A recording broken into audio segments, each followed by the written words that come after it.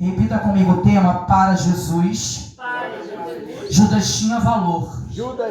Mas para Judas, Jesus tinha preço.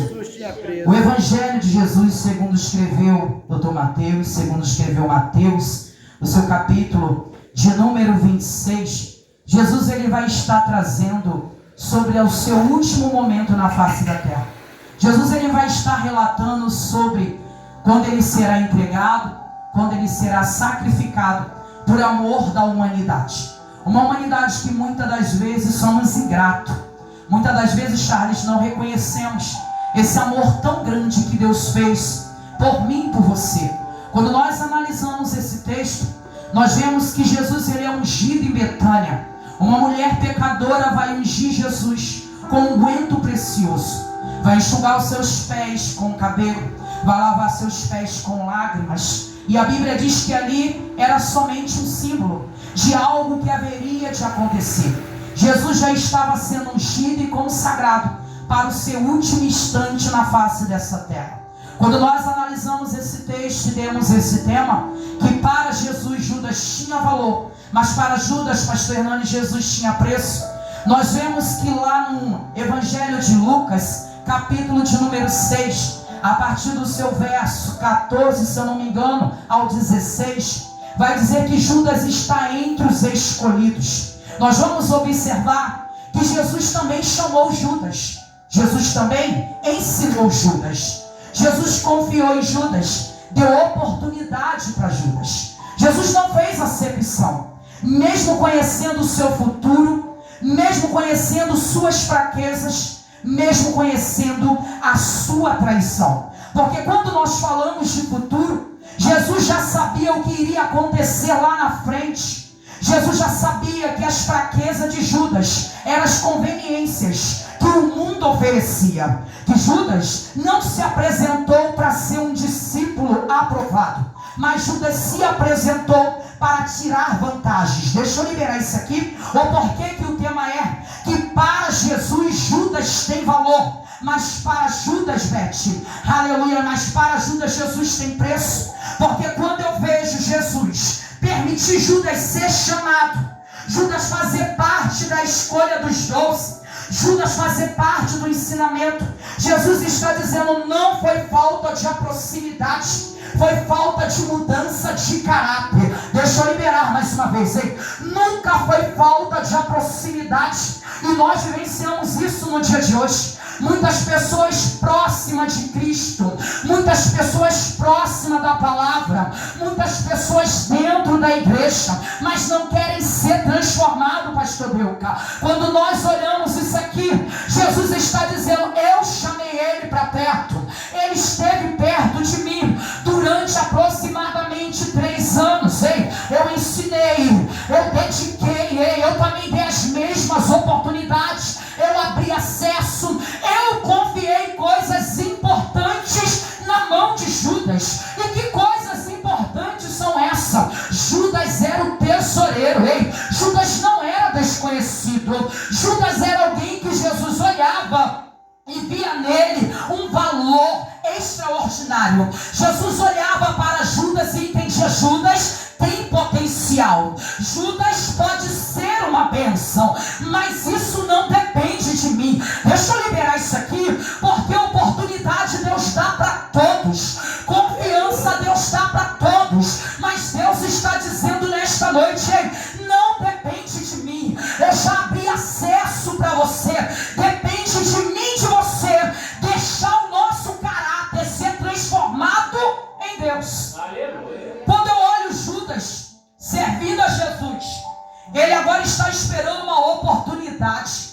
E triste é isso aqui, porque quando eu e você tornamos acesso em liberdade, nós deixamos de respeitar o que era sagrado, nós deixamos de reverenciar a presença de Deus.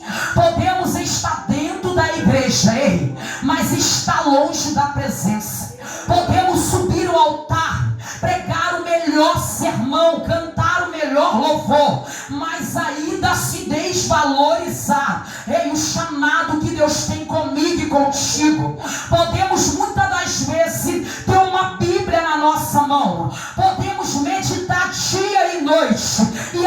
Judas e não valorizar a palavra. Por que eu digo isso? Eu disse que Judas, ele tinha proximidade do mestre. Ele vivenciou momentos extraordinários.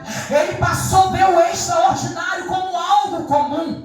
Ele passou a ver os milagres como rotina. Ele passou a sentir a presença somente como mais um dia comum. E todas as vezes que eu não valorizo a presença de Deus, chegará um tempo que eu irei negociar com facilidade. A Bíblia me ensina que Jesus, ele fez de tudo, hein? Ele não abandonou. Mesmo ele sabendo quem ele era, Jesus não fez conspiração no meio dos 12. Jesus não disse que sabia que Judas era o traidor.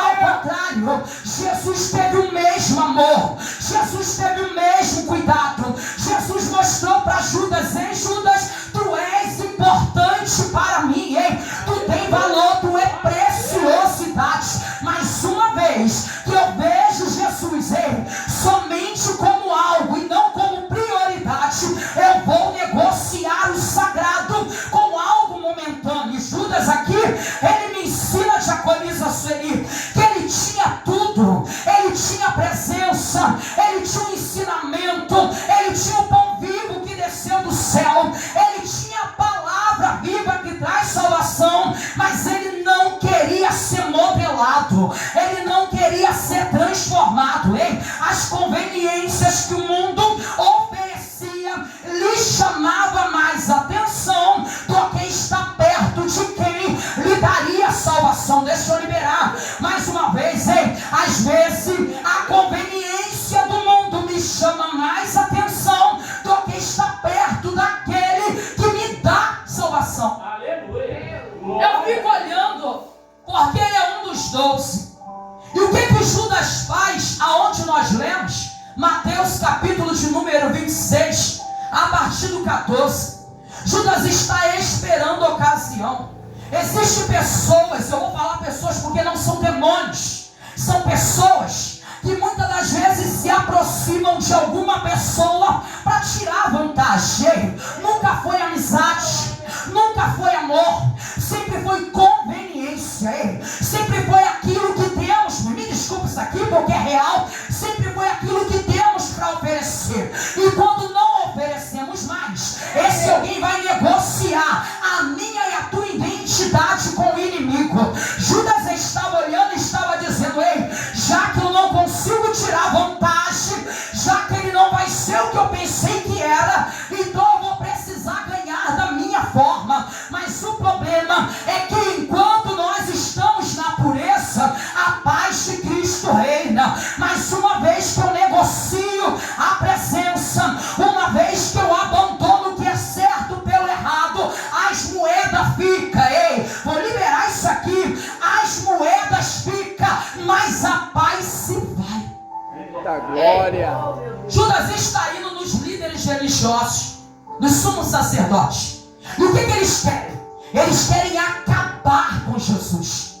Porque Jesus é alguém que chama atenção. Jesus no meio deles é um homem comum como eu e você. Eles não sabiam que Jesus era o Filho de Deus. Para eles era somente mais um profeta, era somente mais um mestre, no meio de um povo mestre que não sentou no meio deles para aprender, mas que tinha tanto conhecimento, e isso incomodava. Não é à toa que Jesus vai dizer: um profeta não tem honra na sua própria pátria. Porque tem alguém dizendo: esse não é filho de José, esse não é filho de Maria, ele não é filho do carpinteiro. As suas irmãs não estão no nosso meio. Eles estão olhando Jesus como algo comum, mas não sabem que o mesmo que está no nosso meio, hein? Ele se fez carne, mas ele continua sendo Deus. Deixa eu liberar mais uma vez, hein?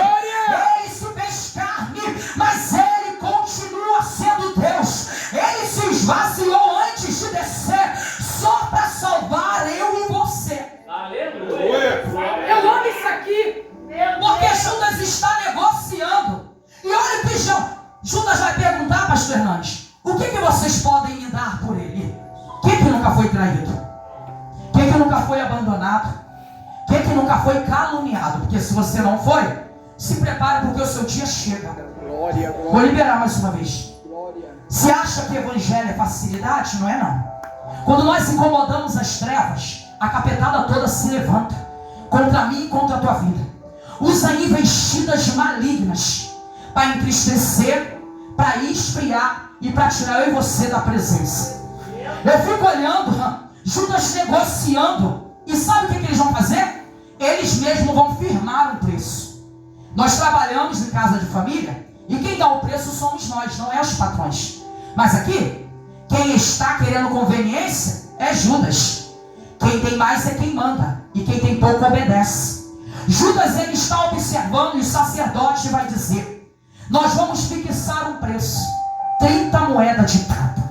Charles, e esse preço era um preço comum da época, de um escravo comum. Logo aqui nós vemos que Judas está vendendo o Filho de Deus por um preço insignificante. Ele está pegando moedas que traria terror psicológico e suicídio sobre a sua vida física e sobre a sua alma. E quando ele recebe, ele vai dizer: quem mesmo vocês procuram?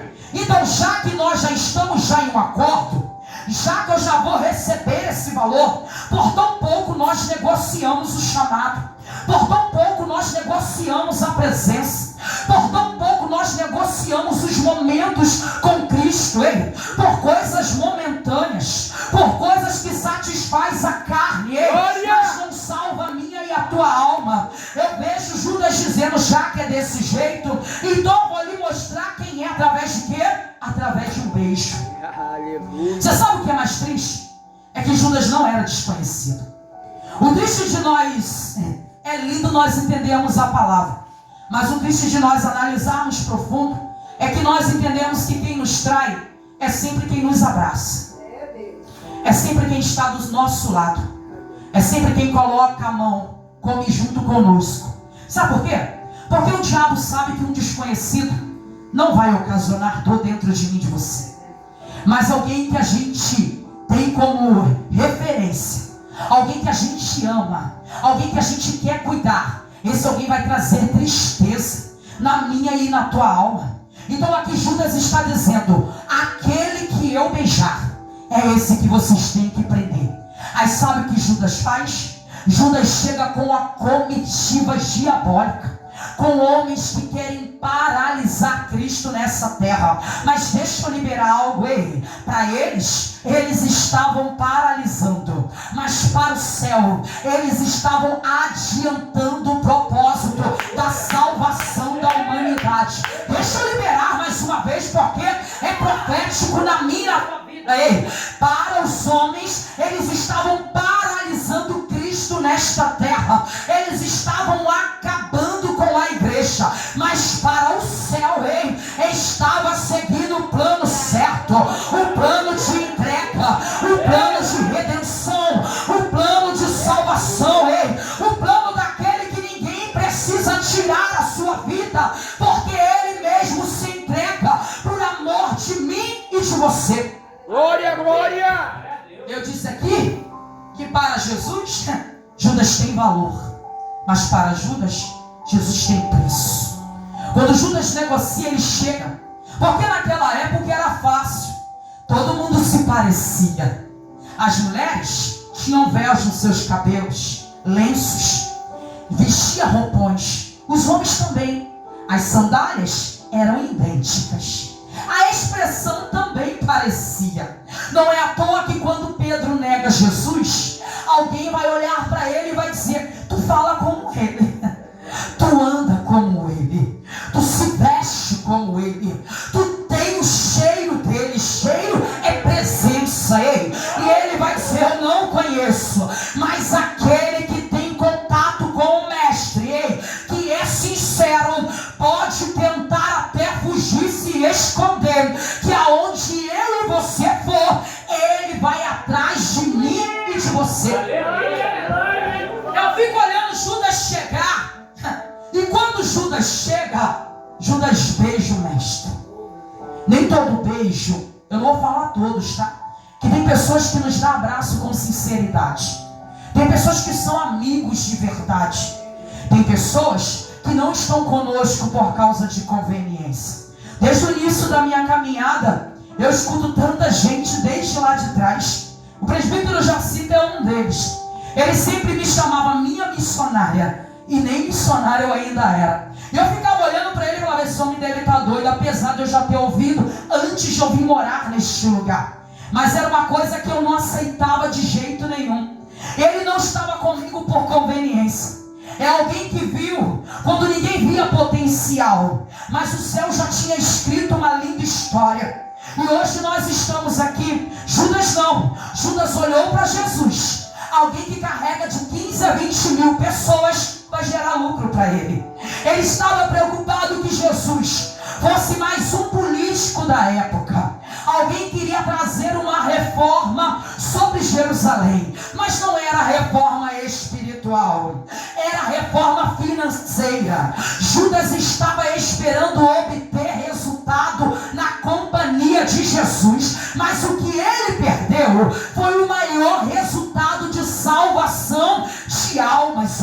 Jesus estava tratando dele para que a alma dele pudesse ser regenerada. O problema não foi Judas trair. O problema foi Judas não se arrepender. O problema não foi Judas vender. O problema foi Judas se condenar. Porque uma vez que o inferno ele faz com que eu e você venhamos ter algumas mentalidades diabólicas, depois o mesmo faz com que eu e você entenda que já não tem mais jeito, que para mim, para você não tem mais solução, que para mim, para você a única coisa que resta é acabar com a nossa vida, é destruir a nossa ligação. É por isso que Judas estava cegado, porque eu disse aqui de Pedro. Pedro errou, Pedro falhou, mas Pedro chorou, Pedro se arrependeu, Pedro voltou. E Pedro não foi no homem, Pedro foi em Jesus. Glória. Nós olhamos aqui porque o problema nunca foi como Jesus via Judas, mas sim como Judas via Jesus. Existem pessoas que o problema dela nunca será como eu e você vemos ela, mas sim como ela veio eu e você. Existem pessoas que nos vê como ameaça, existem pessoas que nos vê como problema, e existem pessoas que nos vê como referência. Existem pessoas que nos vê como amigo, e existem pessoas, não é demônios, existem pessoas que nos vê como inimigos. Infelizmente isso aqui é muito real. Infelizmente isso aqui não tem como tapear, não tem como chegar aqui e colocar a toalha em cima da palavra, não tem como chegar aqui e colocar um pano em cima da palavra e tentar esconder aquilo que é verdade. Quando nós analisamos o texto para nós finalizarmos, caminharmos para o final, Judas ele entrega Jesus. E ao entregar Jesus, Jesus vai lhe liberar uma palavra. E essa palavra me chamou a atenção, porque lá no verso 50 de Mateus 26, Jesus vai dizer: por que vieste, amigo? Observe que Jesus não retribuiu com ódio. Jesus não amaldiçoou. Jesus não excluiu.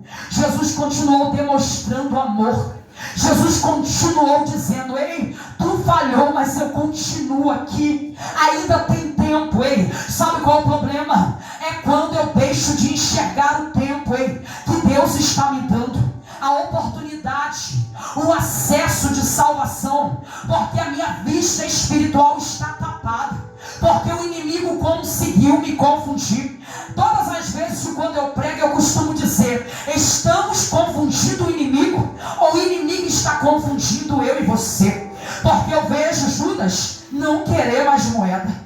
Eu vejo Judas entender que não era apenas uma brincadeira, não era apenas uma inveja, era questão de assassinato, era questão de morte de um inocente. E o que ele faz? Ele cria remorso. Os mesmos que pagaram para ele, ele vai até aqueles homens e diz: essas moedas eu não quero, porque talvez no coração de Judas ele começou a imaginar quantas das vezes eu caminhei com ele no meio da multidão, quantas das vezes eu vi ele alimentar a multidão, quantas das vezes eu vi ele curar enfermo, eu vi ele ressuscitar mortos, mas ainda assim ele não teve um coração transformado. Porque se ele tivesse um coração transformado, morte. Ele ia até aquele que ele feriu, até aquele que ele traiu. Ele pediria perdão. E eu quero dizer isso aqui: Jesus teria perdoado, Jesus teria aceitado Judas. Meu Deus, eu teria deixado ele continuar como discípulo, teria tratado das suas fragilidades, teria tratado dos seus problemas, de inferioridade. É que Jesus está dizendo: o problema é que quando eu e você erramos, ao invés de procurarmos por ele, nós procuramos o WhatsApp, nós procuramos amigos que ao invés de orientar, vai piorar a situação, vai condenar a nossa história e vai dizer: tu errou. Lembra dos amigos de Jó?